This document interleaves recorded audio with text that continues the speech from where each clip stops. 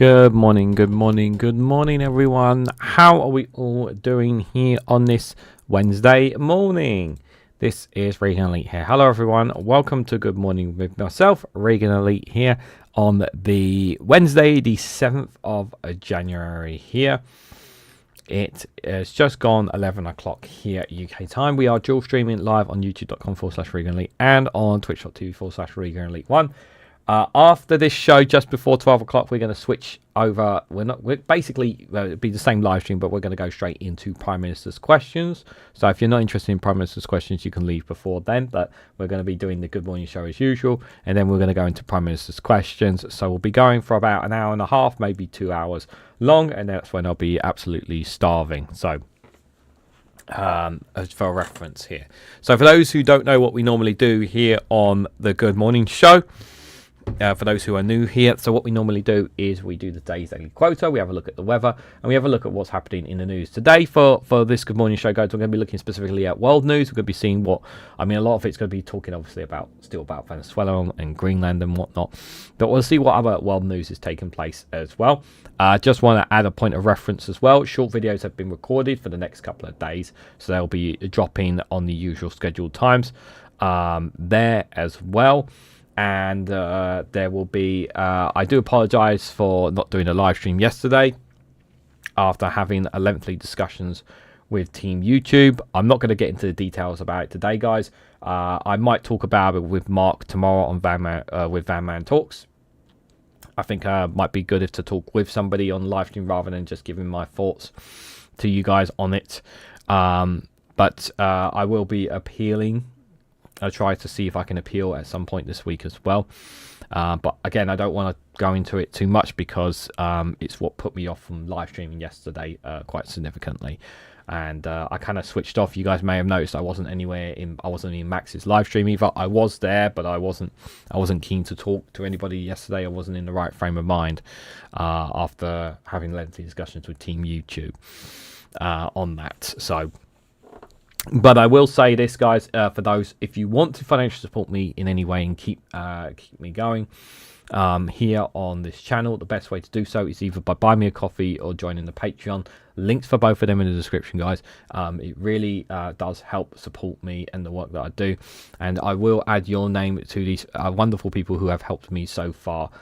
So if you can, great. If not, if you can't support me financially, that's totally fine as well. But just hitting the like button, sharing, subscribing, all that stuff does support this channel here, guys. I'd also do recommend as well, if you have other social medias like Twitch, TikTok, Instagram, Blue Skies, any other social medias, consider following me on any of those links in the descriptions as well. All that stuff does help support me and the work that I do. So just wanted to add that in there as well. Good morning, Mutty Von Eric on Twitch TV. Good to see you there. Hope you are doing well. Morning, peeps, loves and sausages. My love and sausages to you too. Good morning, Stephen Banker, one of our moderators on YouTube. Good to see you there as well. Hope you are doing well. Indie Duck, good to see you there. Ellie, good morning to you. Kevin, good morning to you. Martin, good morning to you. Hacker Scott Hayes there as well. Hope you guys are all doing well. The duck is here. So I wanted to share this with I wanted to make sure Indie Duck was here before I shared this. So this was one of the Christmas gifts I actually got here. It's called one of the Christmas gifts I've got here. It's called the Fuzzy Duck. This is one of the gifts I got given for Christmas, apparently. A luxury tin set, the Fuzzy Duck. I'm not into, it's a Baileys and Hardy's product. I'm really not into Baileys and Hardy's personally, but someone gave it to me for Christmas. I was like, okay. Yeah, it's a face wash, aftershave balm and whatnot. But I just wanted to share it because it's got the Fuzzy Duck on it. So I don't think I'm going to be using it. I mean, it's nice, but yeah, I mean, gifts are always appreciated, but I wanted to share that just because it's a duck. So I wanted to make sure Indie Duck saw that there. So there, I've done it. So it was something I wanted to share with you there. So right, so let's come back to come back to reality there. I really hope you can't see me, Regan. I was in a bog. I need a lap duck. You need a lap duck. Well, that duck's not really too, like, I mean, it's not really doing anything there. I mean, I don't know what the reference is to the brand is called the Fuzzy Duck. I mean, on the side of the tin, it's got Fuzzy Duck as well on it there as well. So, yeah, I mean, is it actually made in England? Is Baileys and Hardy's actually an England branded company, or do they just put that on there? I'm genuinely curious now. God, this is such a distraction. I need to know now. Someone look up Baileys and Hardy's and find out if it's actually a British company or if it's just one that's from abroad. Because they put England under their Baileys and Hardy's brand there. Generally curious now. There. All right, let's have a look at today's... no, 26th of December. No, that's not right. 7th of January today, guys. Theodore Roosevelt's today's daily quota here. And here it is here, guys. Today's daily quotes are here from Theodore Roosevelt there. And it is, believe you can and you're halfway there. Believe you can and you're halfway there. Once you believe, you're halfway there, guys. That's it. Baileys is Irish, is it not? That's what but it's not the same Baileys. You're referring to the. Are you referring to the drink though, Baileys? Because this is Baileys and Harding. Or maybe I'm getting the name wrong. Like that's the name, Baileys and Hardings, and it had. And I know that the I know all their brands say England under it, and I know that because I used to work for Superdrug. And when I used to work for Superdrug, all their Baileys and Hardys all said England under them. So I presumed that these wasn't an England for England. So I think you're thinking of the drink, Stephen Banker. So I don't think it's the same thing. But it's an issue. I'm glad we're having this conversation. I think it's an interesting one there. Witchy Goth, good to see you there. Hope you're doing well. Thanks, Witchy. Appreciate it. Baileys and Hardys are animal friendly. They're animal friendly. Ah, wait a minute. I'm blind now. Suitable for vegans. Ah, yes, they are suitable for vegans. Okay.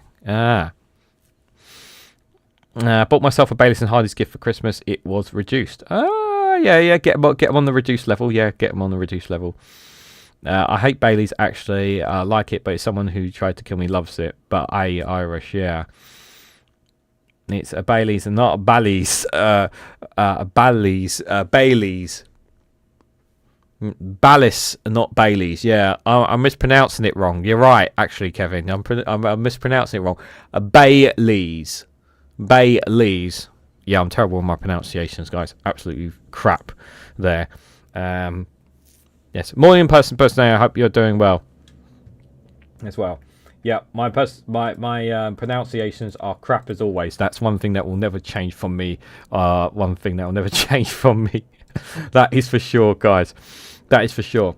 Right. Anyways, let's switch gears, guys. Let's have a look at the weather here because I want to try and cover a little bit before we get into Prime Minister's questions at 12 o'clock as well. So here is our big, beautiful planet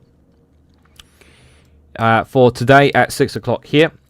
We can see plenty of snowstorms, plenty of rainstorms, and plenty of dry spells in around there of our big, blue, beautiful planet. Zooming in a little bit here, we got some temperatures and we got some wind gauges in different parts of the globe here. How's our friends up in Yellowknife doing? Negative 31, guys. Gone back up to 31. Minus 31. Enjoy that minus 31. I wonder if it gets colder. I wonder how much colder it can get there. Like, what's the lowest temperature they've ever had there? I'm generally curious now. Anchorage minus 24, Ottawa minus 1, Vancouver 5, San Francisco 12, a nice toasty 26 degrees in Miami, Mexico City is 20. No changes in terms of temperatures in South America, as you would expect because of its tropical rain, the tropical rainforest and the climates there. 30, 29, 27, 23, 18 there. Same in parts of southern and central Africa. Here we can see the temperatures again, 29, 28, 26, 20, 19 there. But they're still getting fair. They're getting some rain in parts of Africa from the looks of it there. Not a lot, but some parts of it they are. Scrolling a bit further over to the other side of the globe. Darwin 27, Perth 20, Sydney 22 there. Australia there getting some nice toasty weather as they normally do around here. Around this time of year because it's summertime in their time, isn't it? Auckland's there 19 degrees as well. Colombo 25, Philippines there, Philippines capital, Mania.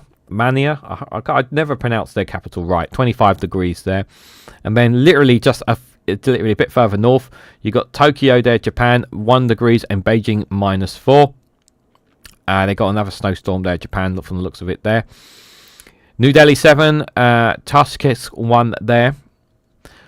Just some other temperatures just for references there. Bangkok 23, Yangon 23 there. Kagaski, I hope I said that right, 16. Kuwait City 16 there. Riyadh 15. Port Sudan 25. Khartoum 28. Baghdad 10. Tehran 6. Cold in Iran. Cairo 18 there.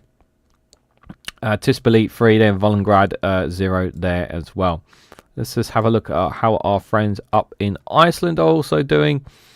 They're -4 to get. -4, guys. -4 there.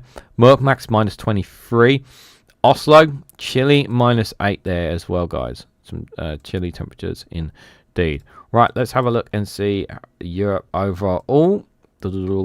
See how Europe is here. So we got Madrid 4, Lisbon 12. There's some snowstorms right on the edge, right on the border between Spain and France. There's some rain and snowstorms. Looks like it's down there. Tunis 11, Agaz 9, Palermo 9, Rome 4. So parts of Italy are taking on rain and snow. There's rain and snow still happening there. Nice 7, Bern 4. So the Swiss Alps are experiencing some snow, as you would expect, yeah, from where they are. So that is to be expected, and some really dry, mucky clouds you can see there coming across on France there as well. Taria 13, Athens 19. Some big rainstorms down there around in the Greece area there. That huge snowstorm we saw yesterday is still there. Zagreb -5, Vienna -3, Bucharest 4, Chistu 2, Kiev -2 there. Very cold for our Ukrainian friends there. Prague -6, Berlin -6, Warsaw -10. Very, very cold in Poland right now.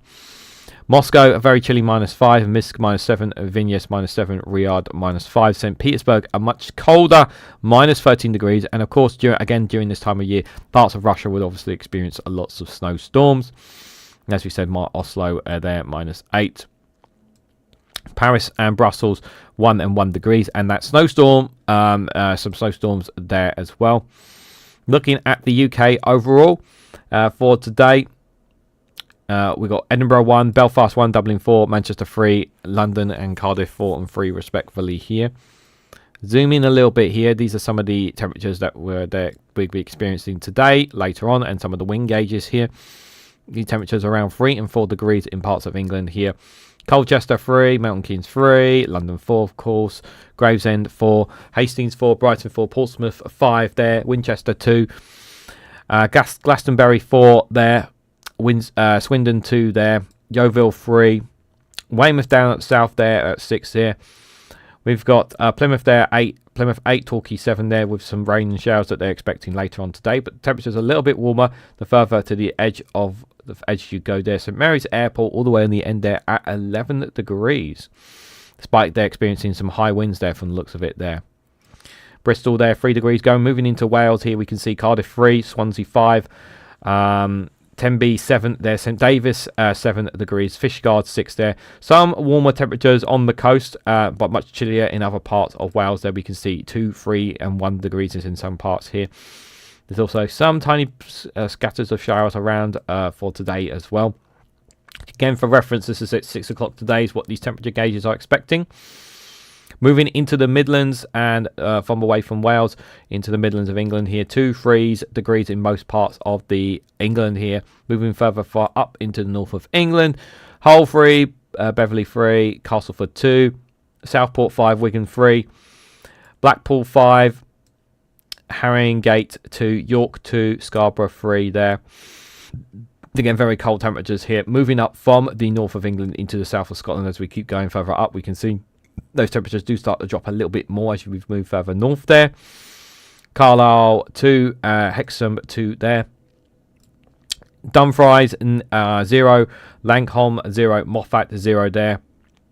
Stranyard 3 there. Glasgow and Edinburgh 1 and 1 respectively there. Dunbar 3 there. Dunfermline 1. Stirling 1 there. Crieff 0. Bridgend 0. Oban 2 there on the far left there of Scotland.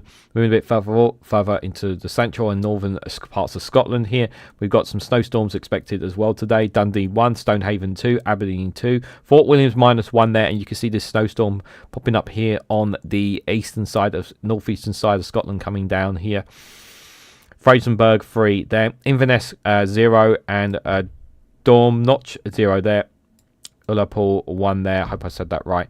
And Strangelway 1 there. So those are some of the temperatures up in Scotland there.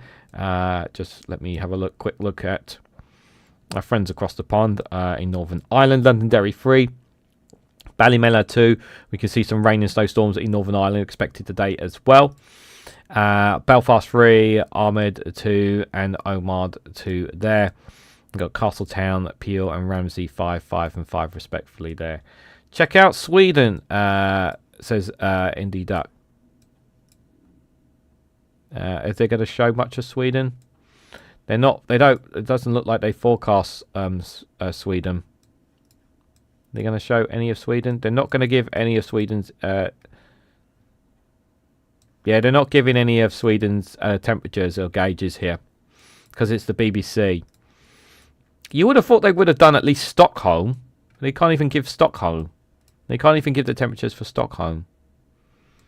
Yeah, they're not giving Sweden or Finland. No, sorry, they're not giving the information.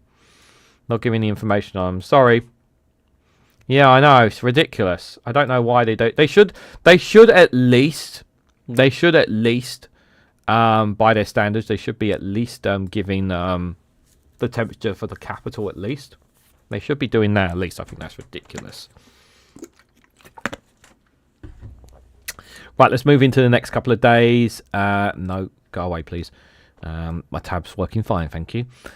Moving into the next day here from tonight into tomorrow morning here, those temperatures dropping in some parts there. Edinburgh 0, Belfast 2, Dublin 5, Manchester 1, Cardiff 4, London 2 there. Winds are pretty low, not too much winds expecting, but it looks like there is going to be some rain and snow in some parts of the UK. I will say this actually, yesterday when I went out for my walk yesterday, it was snowing here in London. Yes, it was snowing here in London, believe it or not. So it was actually snowing here in London, believe it or not, guys. I stepped outside and it was actually snowing. Couldn't believe it. Moving further on into the next day here, we can see those temperatures staying roughly round about the same here. 2, 3s and 1s, but much colder up in Scotland. It looks like there's a big rainstorm as we kind of foreshadowed yesterday. Coming in here as well for tomorrow at lunchtime here. We can see that big rainstorm going to be hitting parts of Wales, parts of Ireland, Southern Ireland, and parts of the southwest of southwest of England. Just checking I'm on point there.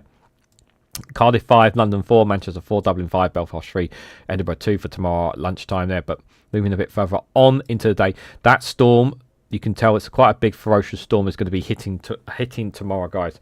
So if you are if you're living in those parts, please be aware. Though it could be very problematic. Lots of snow, lots of rain, and that's not a good combination, of course. There, so this is going to be hitting much parts of England and Wales. You can see that storm really coming round. You can see that snowstorm there as well. It's expected on Thursday as well. Yeah, all day Thursday, pretty much from lunchtime onwards, is going to be hitting parts there. Doesn't show what's happening. For some reason, they've not updated it here. It doesn't show what's happening overnight, which is not ideal. So the latest I've got here is Friday morning, early Friday morning here. You can see that snow and rainstorm is still going to be there. Temperatures staying roughly around about the same here, 2-3 degrees there, but it's not going anywhere. Still there on Friday. You can see that storm coming out from the channel into Europe as well. So it's still hitting parts of England there. So we got this big snowstorm that is going to be hitting on Thursday and coming into Friday as well. So could see quite a degree of snow. Whether it settles or not is another matter. Most times it doesn't tend to settle. Some of that is still going to be dissipated in parts of Scotland up there up north, so you're not getting away with it just yet, my Scottish friends. Parts of Wales are also still going to be getting some of that as well, we can see. But temperatures aren't going down below zero. Most of it is staying above, which is better than what it's been the last few days. But temperatures still cold significantly, though. Moving into Friday, into Saturday there, those temperatures are dropping again from 0 to 1, 2 and 3 degrees. And that snowstorm looks like it's dissipated into Europe there, so it's started to clear up a little bit here in the UK here. Those temperatures are going to drop again from the looks of it from Friday night into Saturday morning. 1, 2, 0, 0, -1 in Edinburgh there. But those temperatures are expected to pick back up again, only a little bit in some parts there. 5 and 4 degrees, 4, 2, 3 and 2. Again, some snow is forecast in parts of the UK. Most parts of mostly mid and northern Scotland is going to experience that snow, but chances are it could dissipate pretty much anywhere in Scotland there. It looks like parts of northern England might experience it as well as southeastern England and mid Wales there from the looks of it, from what they've gauged there. Yeah, looks like they're still going to be continuing their temperatures staying around about roughly the same, of course. So Saturday night into Sunday morning, much drop of temperatures here. We can see those temperatures overnight are going to be very, very cold indeed. We've got these 2, 1, -1, -1, 2, and doubling remaining 5 degrees. It looks like we're going to be getting another rainstorm coming in from Sunday into Monday there, from the looks of it. Yeah, that's going to be coming in there. It's a bit of an increase in temperatures. So Sunday looks like it's going to be a dry day. Sundays looks like it's going to be a bit of a dry day. It's going to clear up a little bit, I think. There. Yeah, it looks like it'll clear up a little bit there. Then about Sunday lunchtime, Sunday evening, shall we say. That's when this rain and snowstorm is going to start hitting Ireland, hitting England, hitting southwest England and southern Wales. There we can see going into Northern Ireland there. Temperatures again staying around about the same, and then going into Monday. Looks like Monday, Wales and England are going to suffer a big snowstorm. This is what it looks like it's going to be forecasting for next week there. Some interesting degrees that we are going to be getting there.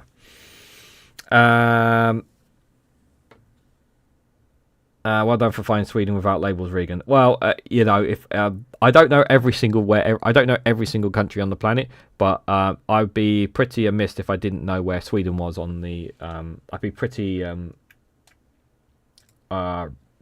ashamed of myself if I didn't know where Sweden was on the map.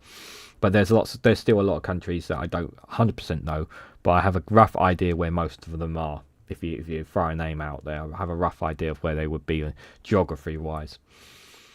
Right, let's have a look at some of the global news out there, because obviously I didn't cover it yesterday because I didn't do a show yesterday evening. So let's see what they're talking about here. We start the Associated Press here. So Denmark and Greenland seek talks with Rubio after the White House says it again wants the island. It also says the White House says military is always an option in Greenland as European leaders reject the US takeover. Trump says the US needs Greenland for Arctic security. Here's why. Okay, for those who don't know, the United States already has a military base on the island. They already have security to a certain extent there. And Denmark are always willing to cooperate with the United States on things. The one thing they're just not willing to do is to literally give up the territory to the United States. And the people of Greenland, they don't want to either as well.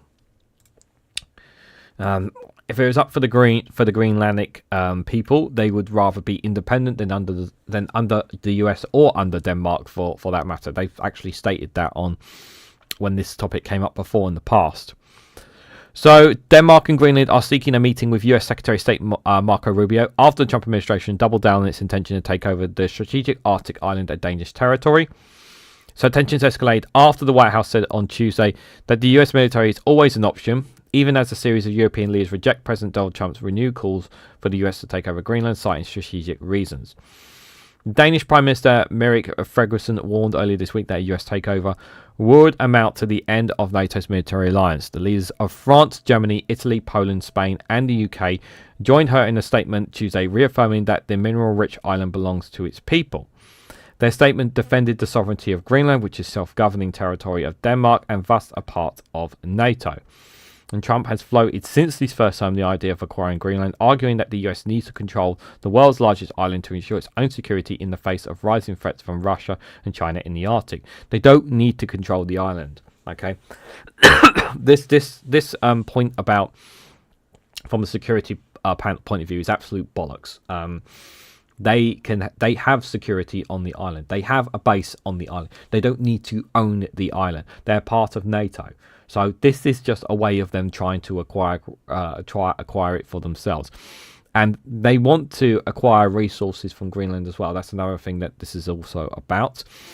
And I've heard, I don't know if this is true or not, but I have heard that Denmark is willing to to work with the US on acquiring resources from Greenland. I have heard those comments. I don't know how true they are, but I have heard those comments. And my understanding is that the US have just rejected it outright.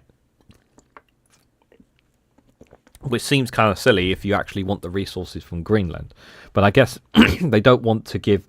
They just want it all for themselves, I suppose. They don't want any kind of shared thing. This weekend, US military action in Venezuela has heightened fears across Europe, and Trump and his advisors in recent days reiterated the US desire to take over the island, which guards... Sorry, 1 second, guys. Gotta be bloody kidding me. Sorry, guys, I have to get the door because somebody didn't bother to leave themselves in the key. 1 second, guys.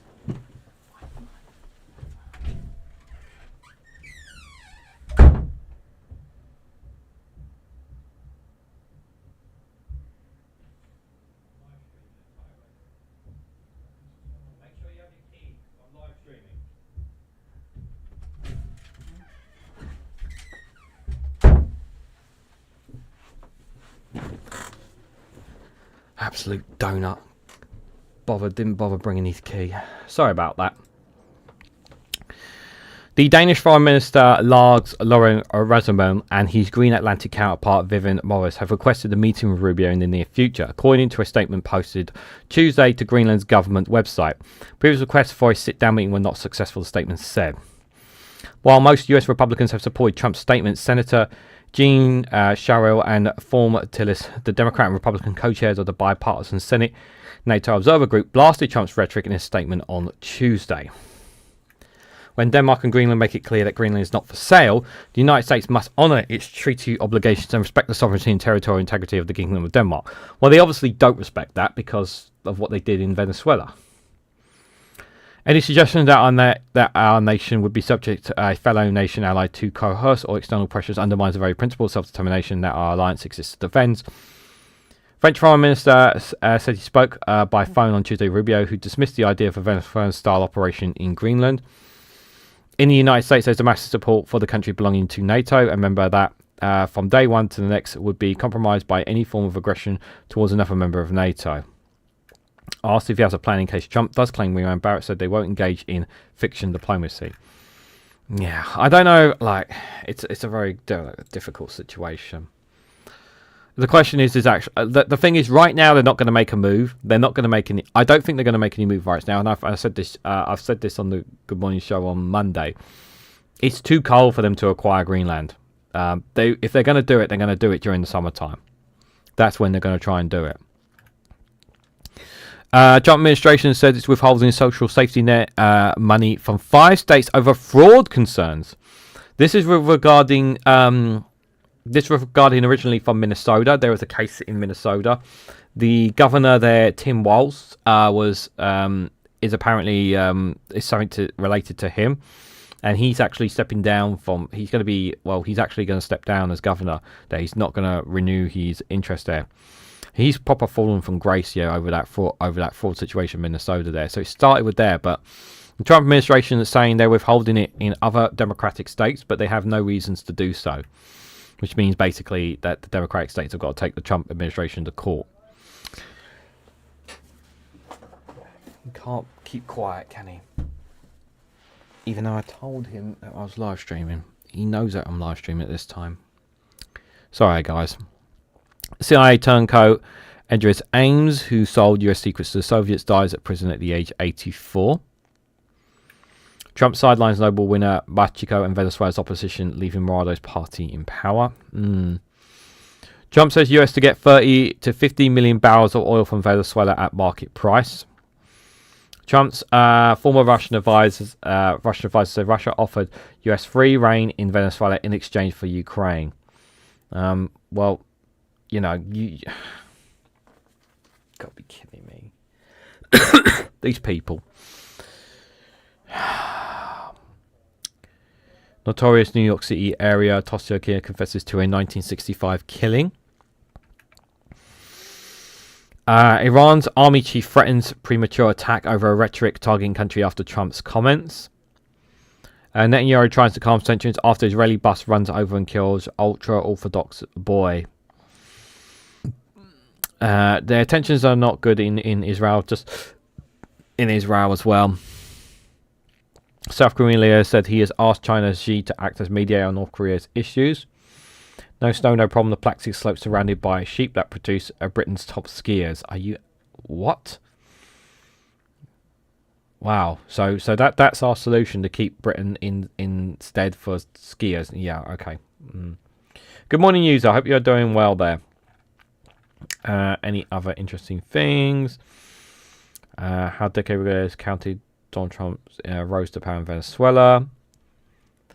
Trump tells Republicans, you've got to win the midterms or I'll get impeached. Oh, what a terrible thing. Lego launches smart brick and high-tech Star Wars toys in Las Vegas. Any other stories here? China announces another trade measure against Japan as tensions rise. Yemen anti-Houthi council expels separatist leader and says he faces treason charges. Governor Tim Walz says he doesn't know what future holds for him after abandoning re-election bid. Trump's vague claims the US running Venezuela raises questions about planning of what comes next. Yeah, because they don't know what they're bloody doing. Israel clears final hurdles to start settlement construction that would cut the West Bank in two. Yep, that's the end of the two-state solution. If it's not already dead. Like, it's already dead. Protests hit Iran. Wardley watches the US after its raid on Venezuela as well. There's some of the stories there from the Associated Press there. Quick reminder as well that we'll be going to Prime Minister's questions after this, after the Good Morning Show as well, for anyone who's interested. Good morning, Billy Kershaw. I hope you're doing well there. Airstrikes target southern Yemen as the STC head is dismissed from government. Saudi Arabia managed to pull a rug from underneath the STC leader. Giant brigade forces take control of key locations in Aden. We no longer rely on any political action by Al Zawadi, Yemeni's advisor. Police patrol the streets of Aden. US says military always an option in Greenland as Europe rejects the threats. Trump says US ready is to sell Venezuelan oil, signals talks with Canvas. US-backed security guarantees for Ukraine as France and UK pledge troops. Yeah, they did back guarantees, but I don't trust this Trump administration to keep that though. That's the problem. I don't trust them to keep their word on it though. So the United States has backed security guarantees for Ukraine, including leading a truce monitoring mechanism as France and the UK pledged to deploy forces to Ukrainian territory for ceasefires reached with Russia. The pledge came on Tuesday at a summit of the so-called Coalition of Winning. A group of 35 countries have pledged to support Ukraine against Russia's aggression. Countries represented, including 27 heads of state or government, gathered in Paris to firm up post-war guarantees for Kiev. Russia annexed the Ukrainian Crimean Peninsula in 2014 and launched a full-scale invasion in 2022. Emmanuel Macron, the French president, said the robust guarantees would see the US lead a truce monitoring mechanism with European participation alongside the deployment of multinational European forces. Macron And Zelensky and Keir Starmer signed a declaration of intent after the talks setting out the framework for such a development. Macron said that Paris could contribute several thousand troops. None of this matters because the reason why I say none of this matters, guys, is because Russia will not agree to this in any way, shape, or form in any kind of negotiations for a so-called ceasefire with Ukraine. In any kind of peace agreement with Ukraine, they will never sign this off because they do not want foreign troops in Ukrainian territory that could stop them progressing later on down the line. Putin will never agree to this. Like, it doesn't matter that they've got the guarantees of the United States. Russia and Moscow will not sign off on it in no way, shape, or form. In their sign of closer transatlantic coordination summit, it was also attended by US envoy Steve Witkoff and Jared Kushner, President Donald Trump's son-in-law, who doesn't I don't know what role he plays in the Trump administration. I really don't. As well as Washington's top general in Europe. Marks the first time the US has joined the coalition talks. Witkoff, who has led talks with Russia, said that Trump strongly stands behind security protocols and that the guarantees are important so that the people of Ukraine know that when this ends, it ends forever. And those security protocols are meant to A, deter any further attacks in Ukraine, and B, if there are any attacks, they are meant to defend, or they will do both. Kushner called the Paris meeting a very, very big milestone. He said if Ukrainians were to make a deal, they would have to know that after a deal they are secure. They have obviously a robust deterrence to the real backstop to make sure that it is a Russian attack will not happen again. The coalition said in a statement that the allies will participate in a proposed US-led ceasefire monitoring and verification mechanism, which officials said would likely involve drones, sensors, and satellites, not US troops. The coalition also agreed to establish a US-Ukrainian coalition coordination cell in Paris and continue supplying Kiev frontline forces with equipment and training, as well as back them up with air, land, and sea support to deter any future Russian attacks. According to the statement, the post-ceasefire architecture will also include beefing up Ukraine's war-battered army, including by replenishing its weapon stock so it could act as a country's frontline deterrence against a resumption of fighting. The allies said they must still finalise blinding commitments, setting out what they will do to support Ukraine. The statement was not explicitly endorsed by the US, and details of a role that Washington were watered down for an earlier draft, notably removing language that outlined the use of US capabilities to support multinational forces in Ukraine. That European officials held the involvement of the US envoy as their strong comments as evidence that Washington stood behind the security framework. Russia has yet to comment on the Paris meeting and has given no indication it would accept a settlement backed by foreign troops inside Ukraine, a condition it has previously rejected. This is the problem. Ukraine will not accept this. Moscow occupies about a fifth of Ukrainian territory. It's not signalled their willingness to compromise, even as diplomatic efforts to end the war have intensified in recent months.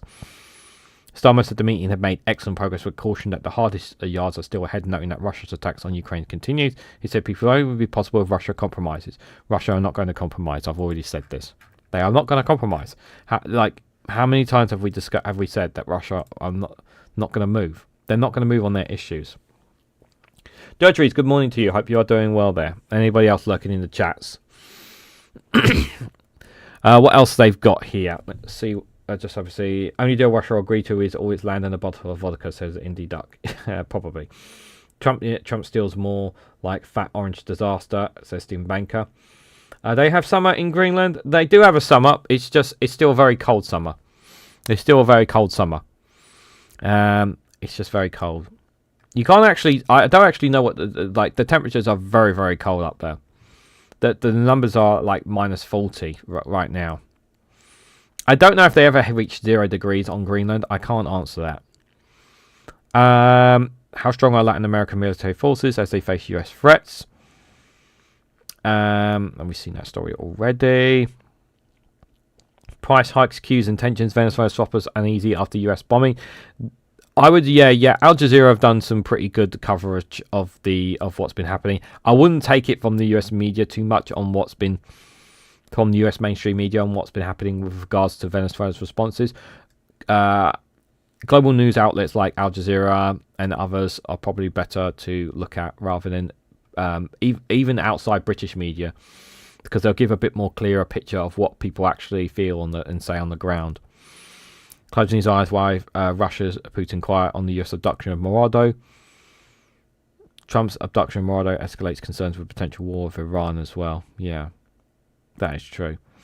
So, like I said, there was some celebrations of Venezuelans, but there's also because there was some people made up some of that. Some people allegedly saying that there was a lot of that. There wasn't a lot of that. There was some of that, but also a lot of Venezuelans are very scared, very concerned, because they obviously don't know what's happening to their country, and they still don't have all the answers. Even though it's been a couple of days now, they still don't have all the answers as to what's happening in their country. Breaking Points had a journalist who was in Venezuela, who was on the border, who was in Venezuela for a bit, was on the border with Colombia, giving some information about what's been happening there as well. I thought that was quite fascinating to hear as well. I'm pretty sure he was a British journalist, because he definitely spoke British as well. He had some quite useful insight of what's been going on there as well. Let's have a look over in Africa. It could take up to a decade to set up any oil fields or offshore platforms before any oil flows. Yes, that's true, Kevin. And we know it's already been decimated as well. The industry's been decimated. It's going to take a long time to ramp up. Had to check. It's warmer in Greenland than it is here at the moment, says Indie Duck. -4 here and +3 there, says Indie Duck. Not sure about that, but sure. Let's see what Africa News are saying here. So the front page of their Africa News they got is Claude Pevy, ex-security chief convicted over 2009 stadium massacre, has died. What else they got here? Tunisia frees NGO worker Shafia Ragard after 20 months. South Africa's informal miners fight for their future in coal twilight here. Thousands of informal miners are working every day beneath South Africa's cold heartland, swinging pickaxes against rocks in illegal coal mine. Let's have a listen. Thousands of informal miners are working every day beneath South Africa's coal heartland, swinging pickaxes against rock in pitch-black illegal coal mines. South Africa is among the world's top producers of coal, which fires about 80% of the country's electricity. In the eastern Mpumalanga province, informal miners like Cypriel are the invisible hands of this industry, risking their lives to provide communities with power. You know when you're getting in that the upper surface is a stone. Might it happen that it falls down, it can kill me. That's what you must face when you get inside.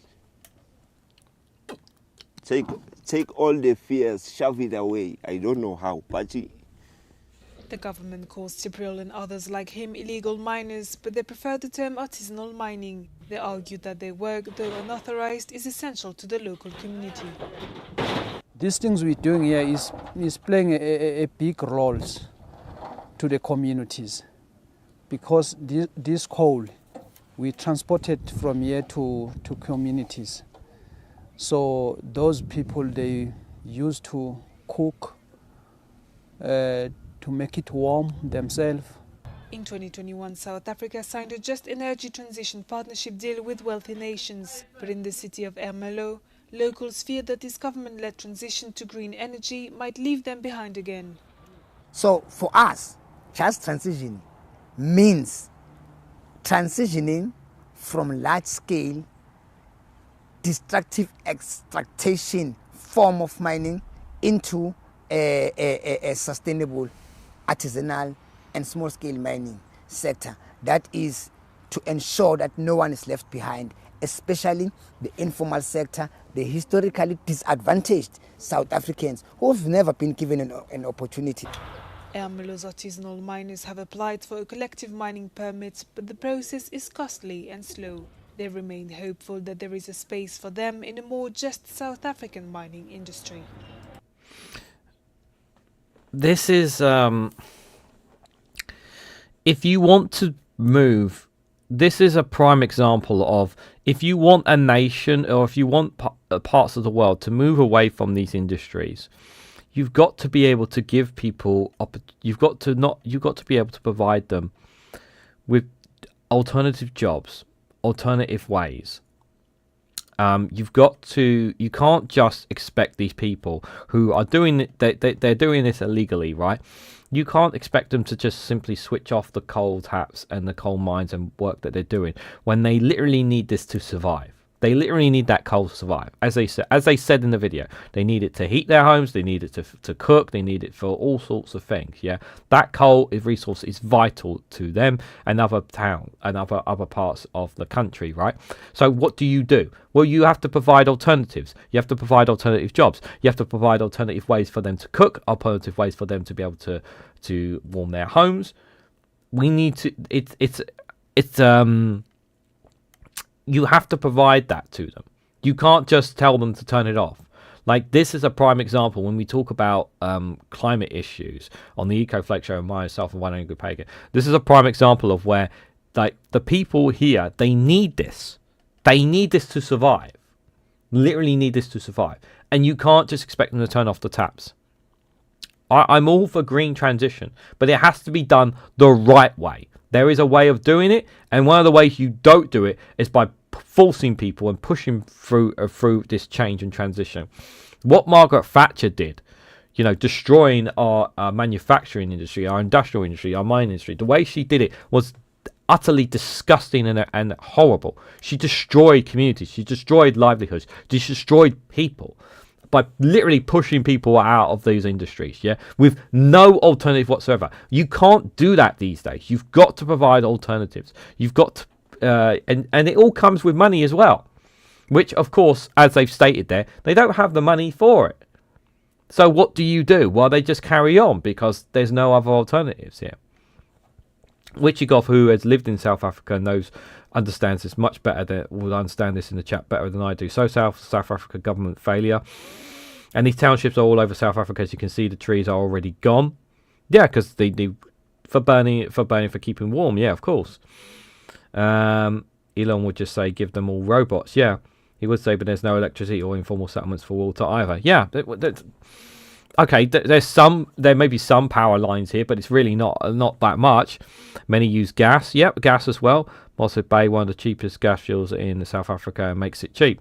Yeah, well said. Like, this is, if you want to get them out of, if you want to get them out of these industries, you've got to be willing to put the money in. But the problem is, we're also facing a period, as we all know, that there's less foreign aid coming in yet for a lot of countries. So a lot of them are just going to be carrying on as normal. I remember when I was very young, my nan over in Ireland, she had this cooker that oh god, what did they fill it with? Turf, that's it. They always had to use turf to fill the stove. Turf is obviously, they always imported a lot of turf. My grandparents over in Ireland, they had a container full of turf. They used to get shipped in. They get sent to them, and they had this whole container full of turf, and they used it to warm the stove, to warm the house, and whatnot. I remember one time, I think for about an hour or two, me and my dad would actually have to go in there and literally break it up, like by hand and whatnot. Yeah, with our gloves, and just break the turf up into pieces so that we could put it in the stove, so that we could warm the house and all that kind of stuff. I remember those days. That I did not enjoy doing that, by the way. But I learned very hard what I learned a taste of hard labor was like. Like, people do that on a daily basis, and I got a taste of what that was like. A taste of it. There. Right. Bear in mind, we've got to keep an eye on the time here, guys. Ethiopians gather for Orthodox Christmas Eve candlelight ceremony. South African informal miners. Yeah, we talked about that. Algeria, that's football. Somalia condemns Israeli Foreign Minister's visit to Haggadah as serious violation. Israeli Foreign Minister visits Somaliland after contentious recognition of a breakaway territory. Yeah, Israel getting involved in African politics is not a good sign. Them trying to influence, that's not a good sign at all. Not happy about that at all. Really, really am not. switch over to the Kiev Independent. Let's see what they're saying here. I'm just going to refresh it, see what they say here. So, Russia reportedly sends submarines to escort oil tankers pursued by the US. The Wall Street Journal is reporting that Moscow sent a submarine and other vessels to escort the marine tanker previously known as Bella 1. The US to triple Patriot interceptor missile output. Lithuania to review Russian opportunist residency after criticism of Ukrainian officials, anti-Kremlin commander has said. Zelensky visits Cyprus as Nicholas EU presidency begins. President Volodymyr Zelensky arrives in Cyprus to meet his Cypriot counterpart. Ukraine Security Service Chief resigns under Zelensky pressure to focus on operations against Russia, despite leading several of Ukraine's most consequential operations against Russia. Mueller's tenure has been marked by controversy, particularly over his involvement in actions targeting anti-corruption bodies. Interesting. Russia offered to swap Venezuela for Ukraine in 2019, Trump's advisor testimony claims. Ukraine confirms strike on Russia's fuel depot in Belagog. Hits a military warehouse in occupied Donetsk as well.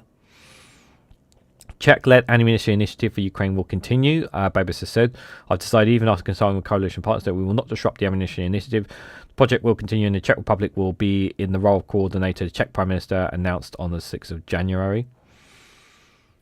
Czech's top diplomat visit Ukraine as country turns the page on Parliament's chairman controversial remarks. And that's obviously the story about the declaration that is signed together as well. Let's have a quick look. I will have to set that up shortly, won't I? Yeah. Let's have a look at NBC News here. Just have a quick look what you guys are saying there. And robots were like, yeah, we said that already. Did Israel recognize Somaliland to have an ally at the Red Sea mouth? I think, you know what, person impersonator, I generally think that's the main reason. I didn't really think about the Red Sea until you said that, because we know that the Houthis, it could be the Houthis are very far away from Israel. But Israel can launch attacks from their country to those Houthi rebels on the Red Sea. But if they were to set up on Somaliland, they could target the Houthi rebels a lot more easily. That sounds a lot more plausible to why they are doing this. So I think you've just hit the nail on the head there, person impersonator. I think that seems far more plausible. Because I wasn't really thinking about it from the Red Sea perspective, but I think you're absolutely right there.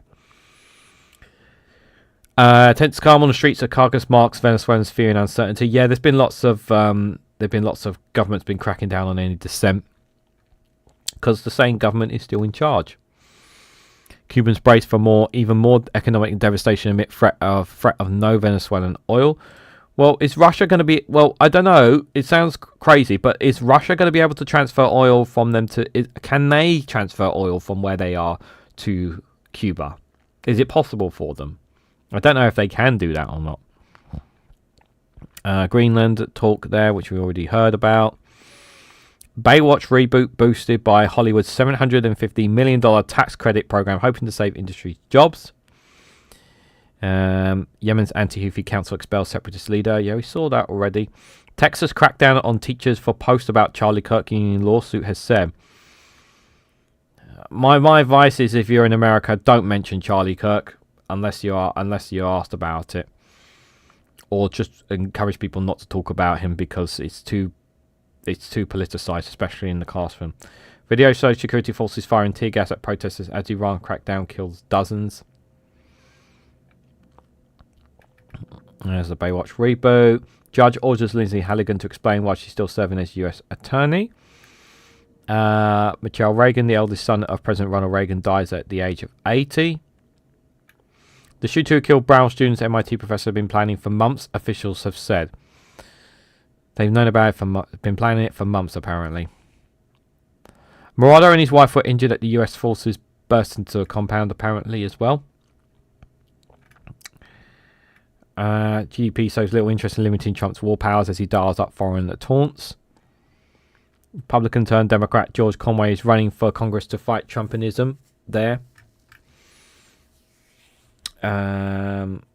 CIA turncoat who died. Yeah, we saw that story already. So there's a couple of stories there from NBC News. I'll have to skip them. Let me just get... Let me see, is it already up? 1 second, guys. PMQs is already up. Okay, that's good. No, just 1 second. That's muted. Right. Right. We'll have one last look at. I'll just have a quick look at Middle Eastern Eye before we turn our attention to Prime Minister's questions. Leader of UAE-backed Yemen separatist flees. This is accused of treason. Yemen's ruling council moves against the separatist chief as Saudi strikes and political tensions intensify across the country's south there. Spectacle of Empire. US has no day after plan for Venezuela, experts said. Nope, they don't. I don't know if you've seen this clip, guys, but this US protester was arrested on live TV. See on that far right there? That lady there, she was literally talking about it, and she wasn't doing anything. She literally spoke about it, and she got arrested by the police, by US police custody, by the US police. She did get released later on without charge, but it was just quite a shocking moment. Turkey intelligence chief declares Africa a strategic priority. Turkey edges closer to leading a Black Sea mission under Ukraine's security guarantees. APAC donor on the cusp of reaping billions from the US abduction of Morado. So someone made millions and billions of pounds off it. What a surprise! Someone made money out of what happened. I don't think anyone is surprised. Israeli and Syrian officials hold positive talks over the security agreement. I did a short video on that they were discussing. That's a good sign. That's a good sign that there's positive. That's very good for Syria's point of view. Israeli forces fire live rounds and target as they storm a basic university in the occupied West Bank. Israel arm manufacturers benefit from EU funding from cutting-edge civilian research. Yes, I've got this as a short video, but this, yeah. EU funding towards Israel arm manufacturers, guys. UK hunger strike passes 60 days with Palestinian activists suffering severe health complications. And again, the UK government doesn't care. Gaza stabilisation force lacks legitimacy without Turkey. Those are some of the stories there from Middle East Eye there, you guys. Some interesting stories definitely we have there. And we're going to be coming to Prime Minister's questions shortly. 1 second. Doop. Just switching over to PMQs, guys. At the moment, it's not started officially just yet. That PMQs will be starting shortly here. Let's just have a look and see what you guys are saying in the chat. Public transport here just announced total shutdown. I'm glad I'm no accessing the duck. Oh, is it because of the snow? Too much snow. Oh God, no, the snow. Is that the reason? Hard to worry about global warming when you're just trying to get food. Yeah, in true. Yeah. Yeah, who cares about global warming when you got to take care of yourself first? Like, people don't give a. When people are in that situation, they need to sort themselves out before anything else. To be fair, would be indeed. Land of the free, my arse. Many folk did not have passports in Miami when I was there. Yes, the many folk were milking the Venezuelan situation. Some sick people out there. Yeah. Keeping an eye for live stream of funeral car cottage. It's set to start any minute. Then funeral at 2:30. Says Indy Duck there as well. Just waiting for the Prime Minister to sit down, and once the Prime Minister sits down, Prime Minister's questions will start. It's already live, but it's just rambling right now, guys. Literally here. Just a quick reminder before we get into PMQs. Guys, if you want to financially support me in the work that I do here on this channel, I don't just do this on YouTube, but I do this work on Patreon, on Rumble, on Facebook, TikTok, Instagram, and Blue Sky. If you guys want to support the work that I do across not just here, but across the spectrum, best way to do so is either by buying me a coffee or joining Patreon. One of those two ways you can do so. If anyone has any other ways of helping to, if you have any other options that you want me to look into, ways of being financially supported, whether that's by PayPal or other means, do let me know in the comments, and I will set them up. If it means just helping me support me financially while I'm currently demonetized. And again, I don't have an answer of when this is going to end, guys. Also, if you can't financially support me, don't worry about it. Best thing to do, guys, if you're on YouTube, to hit that like button, share this across social media, subscribe, and do leave comments down below. I do read your comments on there. I don't always respond, but I do read all your comments when you do on the channel, and thank you for those who do. It's greatly appreciated as well. And we also have a free Discord community that you can join as well. Link for that is in the description as well here. I know not everyone's into Prime Minister's questions, but if you're not interested in Prime Minister's questions, appreciate you being here. But we're going to get started with PMQs. May I extend a warm welcome to the President of the House of Representatives of the Netherlands and his delegation who are with us in the gallery today. Prime Minister's questions, Ruth Cadbury. Question number 1, Mr. Speaker. Prime Minister. Mr. Speaker, can I begin by saying I hope all colleagues had a happy Christmas. It probably feels quite a long time ago now, but not for reform, of course, because today is the day that they celebrate Christmas in Russia. Mr. Speaker, on Monday I visited Reading, where I met with people who will benefit from the first freeze in rail fares for 30 years. Mr. Speaker, that's on top of other measures we're taking to tackle the cost of living. £150 off energy bills, more free breakfast clubs and raising the minimum wage. And there's much more to come this year, Mr. Speaker, as we turn the corner. Mr. Speaker, yesterday I stood side by side with our European and American allies and President Zelensky at the Coalition of the Willing meeting in Paris. Mr. Speaker, we made real progress on security guarantees, which are vital for securing a just and lasting peace. Along with President Macron and President Zelensky, we agreed a declaration of intent on the deployment of forces in the event of a peace deal. No mention of Venezuela then. Details in a statement at the earliest opportunity. I will keep the House updated as the situation develops, and were troops to be deployed under the declaration signed, I would put that matter to the House for a vote. Mr. Speaker, this morning I had meetings with ministerial colleagues and others. In addition to my duties in the House, no mention of it. No mention of it whatsoever. Wow. Thank you, Mr. Speaker. Leaseholders in my constituency and across the country are being fleeced by freeholders and managing agents. And they need relief from both, and we need to end the feudal leasehold system. So could the Prime Minister confirm when the leasehold and common hold reform bill will be coming to Parliament? Thank you for raising this important issue. We are taking serious action to deliver homes the country needs and provide homeowners with greater rights, powers and protections. We will publish the draft bill as soon as possible, and I'll update the House. More protections, of course, are already coming this year because we passed the Renters' Rights Bill, stronger protection for 9 million renters, abolishing no-fault evictions. That's the change we're delivering. And who voted against it? Tories and Reform. Leader of the Opposition, Kemi Bernal. All right, Kemi. Thank you, Mr. Speaker. And, Mr. Speaker, may I welcome the Prime Minister's efforts to advance peace in Ukraine and his joint statement on Greenland. The last few days have seen significant international events. The US operation in Venezuela, threats towards Greenland, and an agreement to put British troops on the ground in Ukraine. So it is frankly astonishing that the Prime Minister is not making a full statement to Parliament today. No Prime Minister, Labour or Conservative, has failed to make a statement to the House in person after committing to the deployment of British troops. His comments about making a statement in due course, quite frankly, are not good enough. It shows a fundamental lack of respect for all of us here and the people we represent. Mr. Speaker, the US is Britain's closest military ally. However, we are clear that the sovereignty of Greenland is sacrosanct.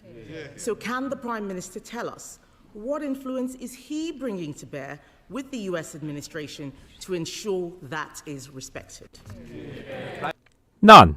Mr. Speaker, let me be very clear about what was agreed yesterday, because military plans were drawn up some months ago, and I've updated the House in relation to that.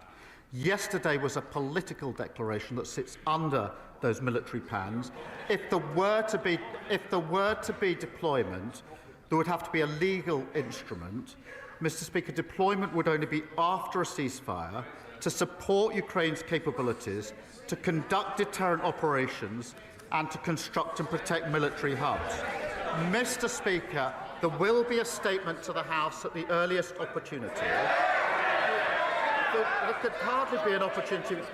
They claim they want to know about this, and they're trying to shout me down. Mr. Speaker, in relation to the House, if there were a decision to deploy under the agreement that was signed yesterday, then I would put that matter to this House for a debate beforehand and for a vote on that deployment. That is consistent with recent practice, and I'll adhere to that. That's good, at least. Mr. Speaker, why is today not the earliest opportunity? The truth is, the Prime Minister does not want everybody in this House to be able to ask him questions. So he leaves it just to Prime Minister's questions half an hour. On Monday, at least his Foreign Secretary stood up for 2 hours and 15 minutes. You know, it was a non-event, but at least she did that. He is scared of us being able to ask him questions. Yes. 6 questions. Yes, he's here. Please. I've also requested that we do need an early statement. This House should always be informed first. So I don't like the chantering. Let the questions continue.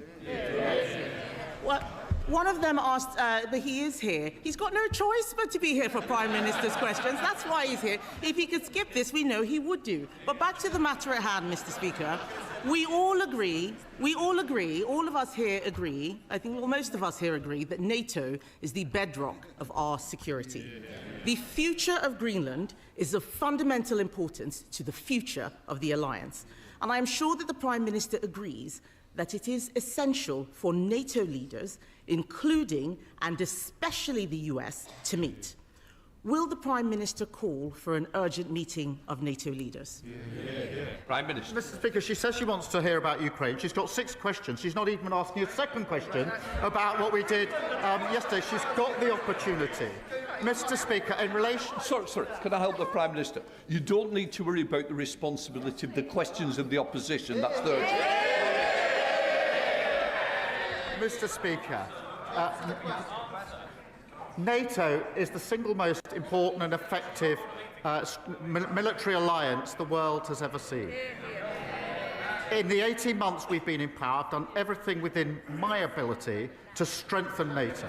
We had one of the strongest NATO meetings last year, the summit, where we had more members of NATO and more unity. When I arrived back to the House to make a statement, which of course she asked for, her position was I shouldn't have missed PMQs, I should have empty-chaired the NATO summit. That's how serious she is about NATO. She actually said that. That is absolutely true. NATO, Mr. Speaker. But I will say he didn't say that he's going to try and arrange a meeting, which, by the way, they should do after what happened. You didn't answer the question, Mr. Speaker. I asked him if he would call for an urgent meeting of NATO leaders. We can all see that the situation is moving rapidly. She's also right. note that he has still not had a call with President Trump.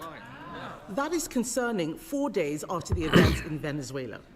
But yesterday, he announced that Britain and France had signed, he says, a political agreement to put troops on the ground in the event of a peace deal in Ukraine. So given the Prime Minister is not making a statement about that deployment of British troops abroad, one of the most serious decisions a government and a parliament can take, irrespective of what he says, can he at least confirm how many troops would be sent to Ukraine and whether they would be in a combat role? Prime Minister. Mr. Speaker, I was with NATO allies yesterday, all day, in which we were discussing security in Europe, in particular security guarantees for Ukraine, and we made significant progress. And I'm glad that she has welcomed that. Of course, I will speak to President Trump. I spoke to his senior advisors yesterday. We were with them all day. But Mr. Speaker, she asked me about the deployment. We released the statement yesterday. It's clear from that, but I will be clear with the House that there would only be deployment after a ceasefire. It would be to support Ukraine's capabilities. It would be to conduct deterrence operations and to construct and protect military hubs. The number will be determined in accordance with our military plans, which we are drawing up and looking to other members to support. So the number I will put before the House before we were to deploy, but I'll do more than that. If we went as far as a legal instrument to deploy, which would be necessary, I would then have a debate in this House so all members could know exactly what we're doing, make their points of view, and then we would have a vote in this House on the issue, which to my mind is the proper procedure in a situation such as this. At least he's promising that, at least, but it is obviously like we don't have the details and he haven't given the full statement. Kerry is right to question that. Mr. Speaker, it is clear that the Prime Minister either does not have the detail or does not want to give us the detail. Yes. But this is important. He should be calling an urgent meeting of NATO leaders. He should have spoken to President Trump by now. This is important because if any such peace deal is breached, we would be in direct conflict with Russia. If the Prime Minister is committing troops, he must give more detail on how he intends to ensure our armed forces are fully resourced. Before the budget, the Prime Minister said it was his ambition to spend 3% on defence in the next Parliament. That could be as late as 2034. It is time to move from ambition to commitment. We have now had the budget. So can the Prime Minister now tell us in what year will the UK spend 3% of GDP on defence? Prime Minister. Mr. Speaker, just on this serious issue she puts to me in relation to security guarantees and the American role and our dialogue with the Americans, I can assure the House I spoke to President Trump twice over the Christmas period in relation to this specific issue, along with members of the E3, along with European allies. That has been a constant course of our discussion. There's no question of acting on this without full discussion with the Americans, and their senior negotiators were there at President Trump's request yesterday and on his instructions, and they were talking to him during the course of yesterday as we negotiated. So to assure the House, because it is a serious position she's putting to me, on the question of security guarantees, there is nothing between the UK and the US, and we've been constantly discussing this over many, many weeks and months. We've made huge progress. I have personally spoken to President Trump about it on 2 occasions since we were last in this House. I do want to reassure her and the House in relation to that really important issue. In relation to defence spend, I'm proud that we're investing to keep our country safe. That we have increased the defence spend. That's provided for in the budget. It's the biggest sustained increase in defence spending since the Cold War, and that means, Mr. Speaker, better kit, better housing for our forces, and better defence as an engine for growth. Mr. Speaker, that does compare to their record. Ben Wallace, who was on the radio this morning, the longest-serving Conservative Defence Secretary, admitted that on their watch the armed services had been, in his words, hollowed out. And our defence...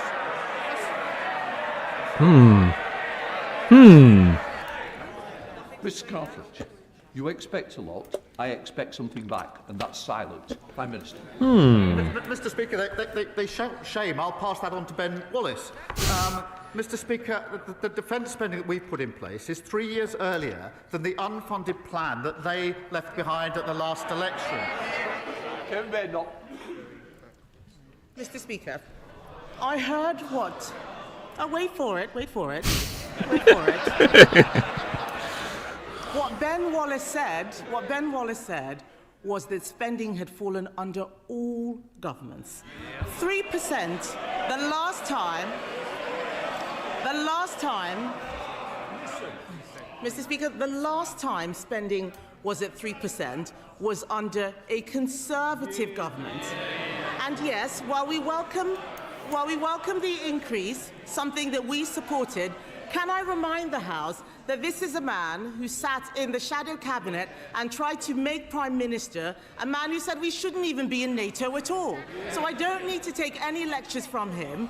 The world is changing. We need to spend more on defence. He did not answer the question about when we would get to 3%, yet he knows up until 2031 how much he's going to be spending on welfare. He doesn't know. That's in the Red Book. The Red Book has no money allocated for defence. We need to move from ambition to commitment. And Mr. Speaker, this is important because this isn't just about money.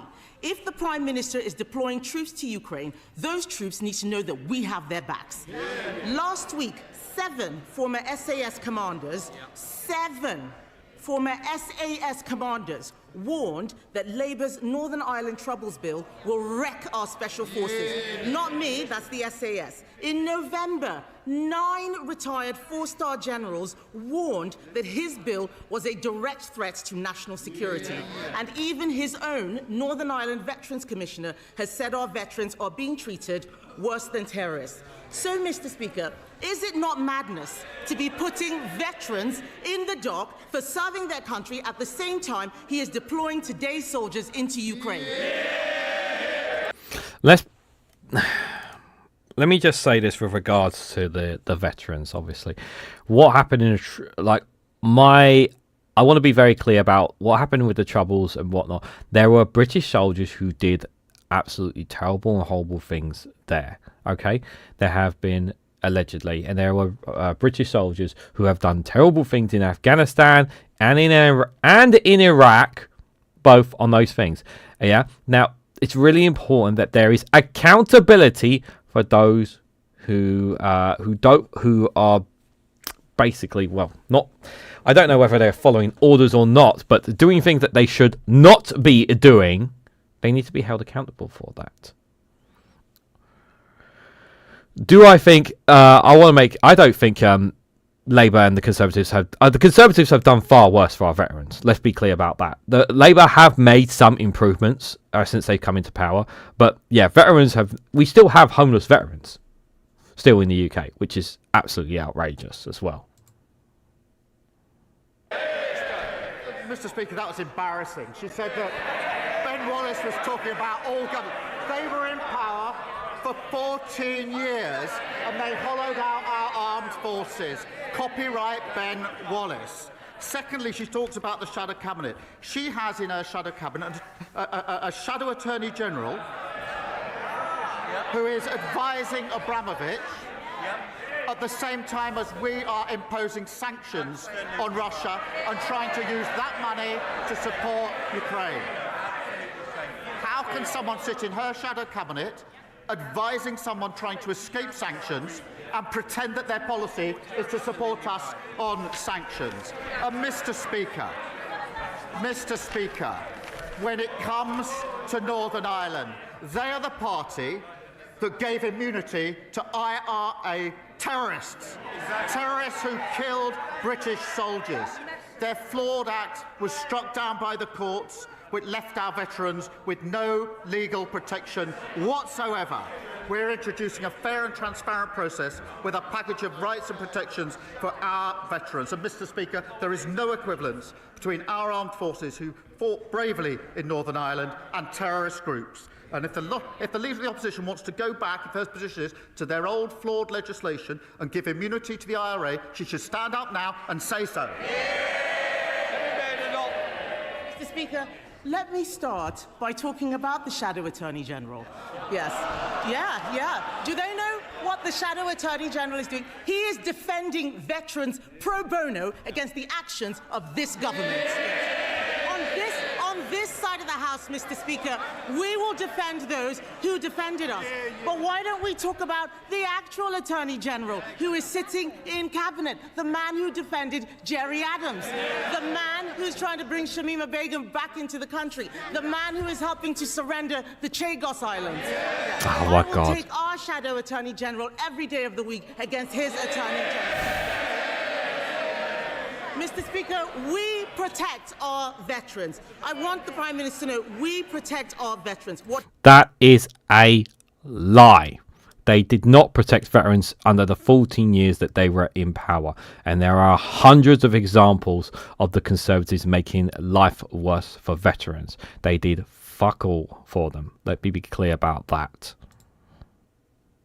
What he is doing to veterans is disgraceful. But this is serious, Mr. Speaker. I don't want the House to be under any illusions. I do not want the House to be under any illusions. The Prime Minister should know that we will absolutely support any efforts to help bring peace to Ukraine. We will work with him to ensure NATO remains the bedrock of our security.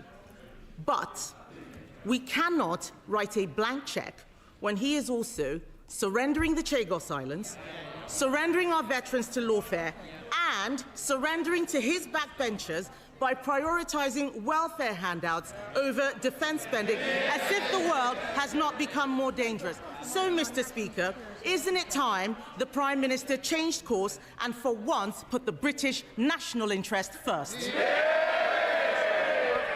Mr. Speaker, she talks about the Shadow Attorney General. Of course I accept that lawyers have to represent all sorts of clients. Of course I accept that principle. The question is whether the Shadow Attorney General can sit in the Shadow Cabinet when the party opposite says it supports us on sanctions. We want the money from Chelsea Football Club to go to Ukraine. I'm not sure whether that's her position. If it is her position, presumably it's something they discuss in the Shadow Cabinet, advised by a Shadow Attorney General who is representing the very man whose money we want to send to Ukraine. If she can't see the conflict of interest in that, then she shows no judgment and no leadership at all. The same old. It's a new year, but the Leader of the Opposition's got absolutely nothing to offer the country. She is totally irrelevant. Nobody is listening to her.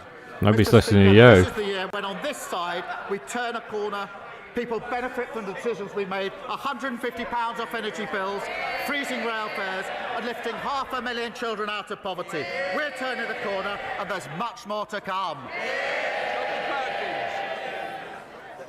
Well, the Prime Minister can keep the good news going because he's rightly made house building and economic growth key priorities for his government. By giving the go-ahead today to the Chesterfield-Staveley regeneration route, he'll help us to deliver 1,500 houses and 5,700 jobs on land that was previously coal mining and brownfield industrial land. It's not just a road, it is a growth project. So will the Prime Minister keep the good news coming and tell us that he'll support the Chesterfield-Staveley regeneration route?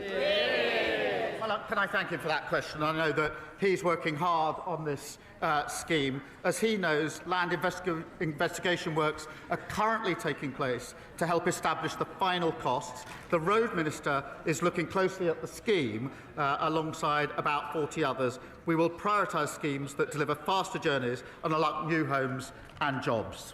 Leader of the Liberal Democrats, Sir Ed Davey. Okay, Ed, let's see what you got. Thank you, Mr. Speaker. Can I wish you a happy new year and everyone in this House? And can I welcome the progress made on security guarantees for Ukraine yesterday? Mr. Speaker, Geoffrey Robertson, KC, is a respected authority on international law. He's also the head of the Prime Minister's barrister chambers. And he couldn't be clearer. President Trump's actions in Venezuela are illegal. He says the United States, and I quote, is in breach of the United Nations Charter and has committed the crime of aggression, which the court at Nuremberg described as the supreme crime. Does the Prime Minister agree with his old mentor, or has he got it wrong? Well, there's plenty of things that Geoffrey and I have agreed on or disagree with over the years, but let me set out our position. It is our long-standing position that Maduro was not a legitimate president in Venezuela. And so nobody, I think, sheds any tears at his removal. And what we need, what we were saying before the weekend, and we say again, is there needs to be a peaceful transition to democracy in Venezuela. Now, the benchmark of all actions of all countries is, of course, international law, and it is for the US to justify its actions accordingly. My focus is on the defence and security of the United Kingdom, and yesterday we were working with NATO allies, including the US, on security guarantees for Ukraine. And it's only with security guarantees that we'll have a just and lasting peace in Ukraine, which is vitally important for Ukraine, for Europe, and for the United Kingdom. But he can't say that they breached international law. He can't say that. We know the United States did, but he can't say that, guys. David. Mr. Speaker, the Prime Minister just looks ridiculous when he won't tell the truth that Trump has broken international law. But turning to Donald Trump's next target, the Prime Minister was right to give the Danish Prime Minister his backing over Trump's threats to annex Greenland, and I welcome his joint statement with other European leaders. But does he also agree that if Trump does attack Greenland, it will be the end of NATO? And given that frightening possibility, does he accept that the UK needs to increase defence spending more quickly than currently planned and build new alliances with reliable nations? Mr. Speaker, let me be. The Greenland issue is obviously very, very important. I thank him for raising it. The future of Greenland is for Greenland and the Kingdom of Denmark, and for Greenland and the Kingdom of Denmark alone. And yesterday, he will have seen that I put out a statement to that effect, along with fellow allies in Europe. And of course, NATO is hugely important, the single most effective and important military alliance the world has ever known. He keeps encouraging me to sort of tug away at parts of NATO and to choose between Europe and the US. That would be a strategic mistake. That's not what he said. And yesterday we were working with our NATO allies, including the US, our NATO ally, on a just and lasting peace in Ukraine. That will not happen without security guarantees from the coalition of the willing, backed by the United States. That's a vitally important issue, and we made progress on that. And there won't be a just and lasting peace in Ukraine without those security guarantees, and not achieving a just and lasting peace in Ukraine is not in our national interest, and that's why I'm applying so much time and energy to seeking to get that outcome. You didn't answer the fucking question! Prime Minister, even its strongest advocates acknowledge that Northern Ireland is trapped in dysfunction, and not because reform isn't possible, but because the DUP and Sinn Féin haven't allowed it. We've become a political Hotel California where the past is always around, but the future never arrives. There's growing public consensus that some of Stormont's procedures simply aren't working, and the SDLP has found slivers of common ground across the political parties too. Does the Prime Minister agree with me that now is the time for a structured conversation which protects power sharing, but which addresses the culture of veto and decline, so Stormont might finally take responsibility and start to deliver for the people? Well, can I thank her for her question? The Belfast Good Friday Agreement is one of the greatest achievements of the last Labour government, and it enshrined Northern Ireland's place in the United Kingdom and set out, as she well knows, I know, clear principles and processes under that framework. I'm aware of the Assembly and Executive Review Committee inquiry into institutional reform, but I can indicate that we're always happy to discuss any proposals for reform which would lead to a consensus. Gavin Robertson. Thank you very much, Mr. Speaker. Prime Minister, you will be aware of the grave concerns that abound around the Northern Ireland Troubles Bill, particularly amongst veterans and particularly among those who stand up for and speak out for the interests of those who defend our nation. And they have read the 6 protections in the bill and they don't see them as such. They offer no protection, they are procedural, and they apply to terrorists too. They do. So will the Prime Minister confirm that what we have heard is true, that the Ministry of Defence and the Northern Ireland Office intend to bring forward government amendments that will specifically and particularly protect veterans, and that they will offer protection?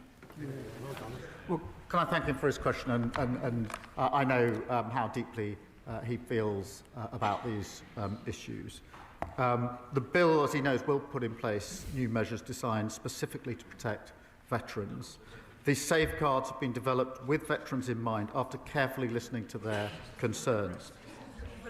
They have no respect at all, have they, for this issue? We've been meeting with veterans' organisations and listening to their views, and when the bill reaches the committee stages, the House will see the result of those considerations, and you'll be pleased to hear that. We're determined to ensure protections are as fair and effective as possible, recognising the role that service personnel played in keeping people across the UK safe during the Troubles, and I thank him for his question. Rachel Maskell. Thank you, Mr. Speaker. Having met with many independent business owners, they fear the cumulative impact of the rateable value revision and relief reductions. In York, hospitality sees an average business rate rise of 41%, a music venue 44.4%, and many independent shops increases around 27%. It will mean doors closing and trade ceasing. They just can't do it. So could the Prime Minister urgently review the business rate proposals, and will he ensure a minister or official attends my business rate summit at the end of January, as I want to avert a crisis on York's High Street? Can I thank her for raising that issue? As she knows, during COVID, the rates went down, and that was coming to an end. And that's why we put in place interim relief as we move to the new rates. Mr. Speaker, we are continuing to work with and talk to the sector on that support and what further support and action we can take. Sir Albee. Basically, no. The period after Christmas can be a challenging time for many people, and consequently, the month of January consistently sees higher rates of suicide than at other times of the year. But suicide is preventable and lives can be saved. Education, raising awareness, targeting vulnerable groups are all effective suicide prevention strategies, and I was pleased to see them in the recent Men's Health Strategy. But I'm calling on the government to go a step further and to launch a public health campaign to encourage discussions about suicidal thoughts and ideations. So will the Prime Minister agree to continue this conversation with me, and will he state his support for a public health campaign to tackle the worryingly high number of deaths from suicide in this country? Can I thank her for raising this issue and assure her that we want to work with all colleagues across the House on this crucial issue, and it's in our interest to do so. We did, as she said, launch the first ever Men's Health Strategy, announcing over £3.5 million into supporting suicide prevention support programmes, recruiting over 7,000 mental health workers, including access to talking therapies, rolling out mental health support teams in schools. It is vital that we raise awareness and increase the support available, and I can assure her ministers would be happy to discuss her proposals with her, because I genuinely want to work across the House on this really serious and tragic issue. Masterson. Speaker, I was very pleased to hear that the government's latest announcement about the rollout of the chickenpox vaccine. This, of course, is in stark contrast to the vaccine conspiracy theories being peddled by Reform. Does my right honourable friend agree that it is only with a Labour government that healthcare in this country is safe, and that Reform must never ever be in a position to be responsible for the health of this country? A simple answer, yes. And I do very much agreement of the vaccine chickenpox, but like I always say, more can be done, and I'm sure you guys will agree with me with that. Well, Mr. Speaker, I'm very pleased about the measures we're able to announce this week. Of course, that comes on top of the 5 million extra appointments that we've delivered in the first year of a Labour government, and 300,000 taken off the waiting list, and more to come as we turn the year into 2026. But he's absolutely right. They laugh at the denial of the importance of vaccines. Imagine where this country would be if they ever saw power. And if you want an example, or to be like, look at the local councils where they won power. They're absolutely chaotic, in a mess, and putting taxes up. Yep, they are. Thank you, Mr. Speaker. Unlike many of his parliamentary colleagues, I don't actually think the Prime Minister should resign. But with the start of a new year, it's time to reflect, reset, detox, if you will, on his government's appalling economic policies and tax rises, particularly business rates, and the impact it's having on the hospitality sector. Now, will the Prime Minister commit to doing that today? Mr. Speaker, What was the point of that question? What was the point of that question? What a pointless question. Like, I've heard some pointless ones. That was a pointless one there. I'll reflect on the fact that inflation is falling, and the Bank of England says that it's going to be down to target. I'll reflect on the fact we've had 6 interest rate cuts in a row. Mortgages, those with mortgages will be hugely effective.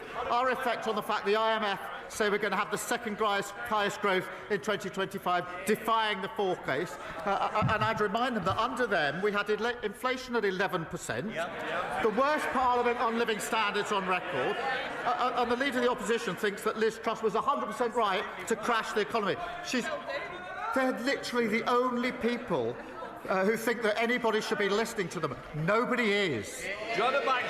It's not what polls are saying. Polls are turning to the Conservatives in some places. That's not bollocks, guys. Some people are turning back to the Conservatives. Thank you, Mr. Speaker. Adrian Howe was a successful and dedicated Vodafone store manager of over 20 years. In 2017, he was offered the opportunity to take on a franchise of one of their thriving stores. But then the goalposts changed, and he was then forced to take on a struggling store. And just days before he was due to open that store, Adrian stepped into a lake and didn't ever return home. Adrian's wife and widow, my constituent Tracy, is wondering if the Prime Minister will review franchising legislation to ensure there is a balance of power between companies and the franchisees so that nobody else feels undue pressure when they take on a franchise. What a terrible story. I thank her, and I speak for the whole House in saying I'm deeply sorry to hear about this tragic case, and all our thoughts are with the family. Obviously, there's a live legal case I can't comment on, but I can reassure her that we'll look closely at the final outcome of that case. There are strong rules in place, but we will look at the outcome of the case to see whether there's more that can be done. Alison Griffiths. Thank you, Mr. Speaker. Late last year, the cargo vessel Baltic Clipper lost 16 containers off the beautiful West Sussex coastline. Beaches and seas in my Bognor Regis and Littlehampton constituency have been polluted with toxic debris. The clean-up was initiated and led almost exclusively by resolute local volunteers. So will the Prime Minister join me in paying tribute to all those involved for their extraordinary efforts? And will he, or the relevant minister, meet with me to ensure that the coastline is restored and that local taxpayers will not pick up any costs?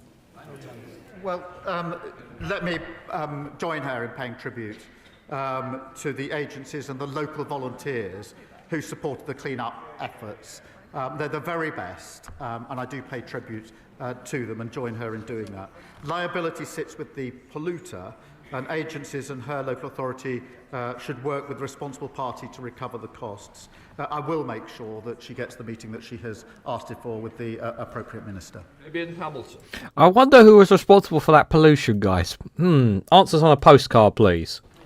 Mr. Speaker, I recently met with bereaved constituents who lost their babies at Leeds Teaching Hospital's NHS Trust.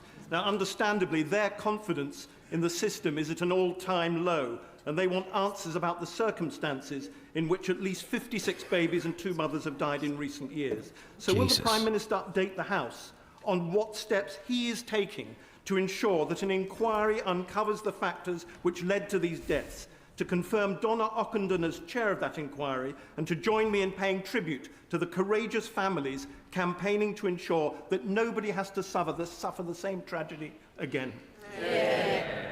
Can I start by saying every mother and baby deserves safe, high-quality, compassionate care. And I want to see the inquiry at Leeds start as soon as possible. We're working with bereaved families to shape our approach and to appoint a chair who they can trust, as he knows. I have a huge amount of respect for Donna Ockenden. She's an outstanding advocate for families. We'll make sure that we select a chair of the highest standard who has the independence and expertise needed to deliver the real change that is needed. Angus MacDonald. Hope so. Thank you. Mr. Speaker, according to the Office for National Statistics, 174,000 people under the age of 35 moved abroad in the year ending June 2025. In the Highlands, this problem is especially acute. Demographic statistics show that young people are not staying in the rural communities. Pupil numbers are down by 40 to 50% at the schools over the last 20 years.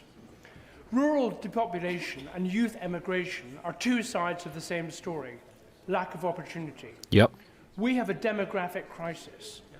What is the Prime Minister doing to ensure the UK offers strong apprenticeship and skills pathways for young people?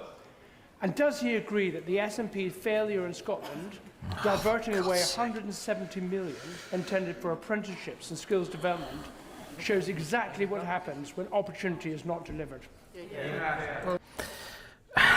Like, I'm just going to take away the swipe at SNP here, and let me just say this, right? Lots of rural areas, not just Scotland, but in all parts of the UK, there is a severe lack of opportunity for people. It's so important that industries in areas outside the capitals of the four nations, that there are opportunities for work, opportunities for jobs, for people to prosper in those rural areas. And unfortunately, for many, many young people, the opportunities for them in those rural areas are just not there. If they are to succeed, if they are to thrive and do well in life, and many of them just have to leave because there's not the jobs there. That's the sad reality. And the not just Labour, but the Conservatives, successive governments, have they really addressed this issue? Have they done enough when it comes to these areas? Not really, no. Kevin said, I had to pick up a neighbour from the floor. Her son went missing. He had gone into the Clyde. His body was found weeks later. He had mental health problems after an injury on an oil rig. Kevin, I'm so sorry to hear that. I'm so sorry to hear that. First and foremost, thank you for sharing that. And I can't imagine what that experience was like for you. And as I really, my heartfelt condolences goes out to friends and family of that person. I really do mean that. And I want to remind people that this Friday, myself and Witchigoff will be doing a mental health live stream this Friday at 3 o'clock. So if you want to join us there to talk about mental health, please do. We will give time to read some of your comments as well, because it's we want to make it as a safe space for people to talk about their mental health. And I do encourage, if you can, Kevin, please join us for that, and anybody else in the chat on this Friday at 3 o'clock. We really need to have this. Really need to talk about mental health. It's a really important matter, and while the government talks about mental health and wanting to deal with it, nowhere near enough is being done about it. And again, my absolute condolences on what you experienced there. I really can't stress that enough there. Flonks, good to see you there. Hope you are doing well. Maybe he should grow a pair and bring the water companies back into public hands instead of letting the screws over the customers with 30% higher bills. Just a fool. Absolutely. I like this argument that that will be there'll be this massive debt or whatever that we have to pay off. I don't care about the debt. The water belongs to us. It's our bloody water. It is our bloody water at the end of the day. Yeah, absolutely, Flonks. Good to see you there. Can I thank him and tell him, alongside the record settlement that we've put in place for the Scottish Government, we're delivering huge investment in apprenticeships and offer a paid placement for every young person, which is vitally important. The SNP, on the other hand, blocked a welding facility in the Clyde because apparently it was related to defence. They don't back Scottish industry, young people or national security. We do. It's not what the polls are saying. This government is tackling patient waiting lists through NHS modernisation and reform. Does the Prime Minister agree with me that we need to tackle victim waiting lists by reforming our courts and criminal justice system? Prime Minister. Yes, I do, Mr. Speaker, and I've been working with victims of violence against women and girls for the best part of 20 years, and I've assured them time and again that if we get the opportunity, we would make the system work better for them. They have to wait far too long for justice, and in many cases they don't see justice at all. I'm absolutely determined that we're going to turn that around.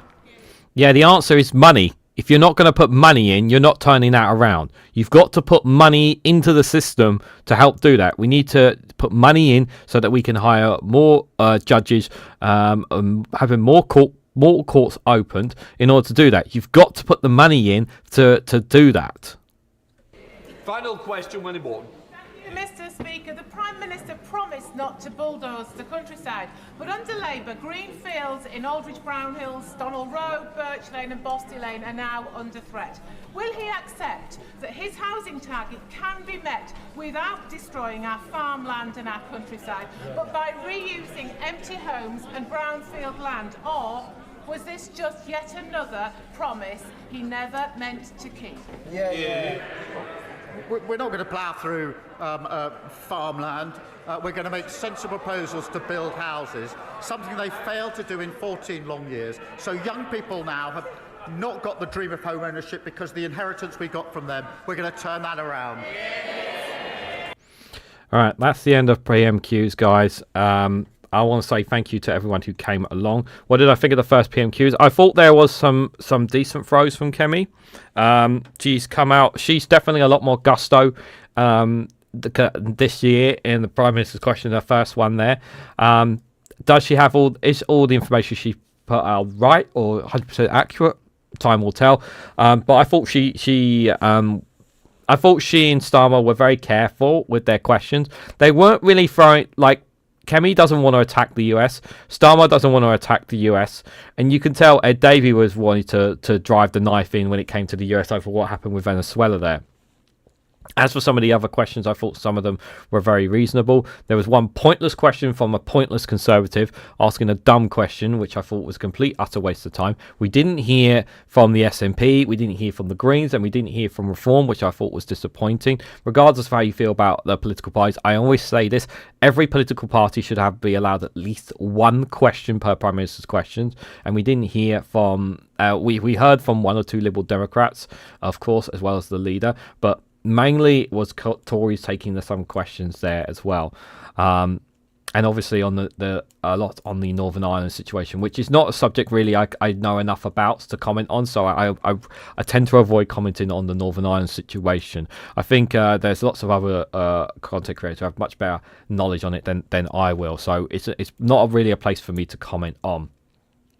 Guys, I want to say again, I appreciate everyone who's been here since the start of the show. Thank you guys all so much for being here. I'll be back live again tonight at 8 o'clock for Reganelite's watch along. We'll be watching and reacting to certain clips and whatnot online. We will definitely be talking about Venezuela, the current situation there, how Donald Trump's reaction to it, among other things going on there.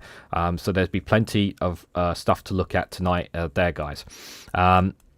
And a final reminder, again, there'll be another Good Morning show tomorrow at 11 o'clock. And also, I'll be going live with Van Man Talks tomorrow at 8 o'clock as well. And again, on Friday, as I said not too long ago, there'll be a mental health live stream at 3 o'clock in the afternoon, myself and Whitty Goff here on this channel. Do join us for that if you can. It'd be greatly appreciated. Even if you can't join us live for it, I do recommend watching it back. It may be really helpful to you. And I just want people to know as well, we do have a free Discord community that you can join as well, a community there that people are welcome to join as well. If you want to follow me on any other social medias, links for them are all down below. And if anyone wants to financially support me in the work that I do, please consider buying coffee or joining the Patreon. Links for both of them are in the description as well. But on your way out, if you can for me, please hit that like button, share this across social media, subscribe to the channel if you haven't already, and thank you all so much for watching, and I hope to catch you all very, very soon.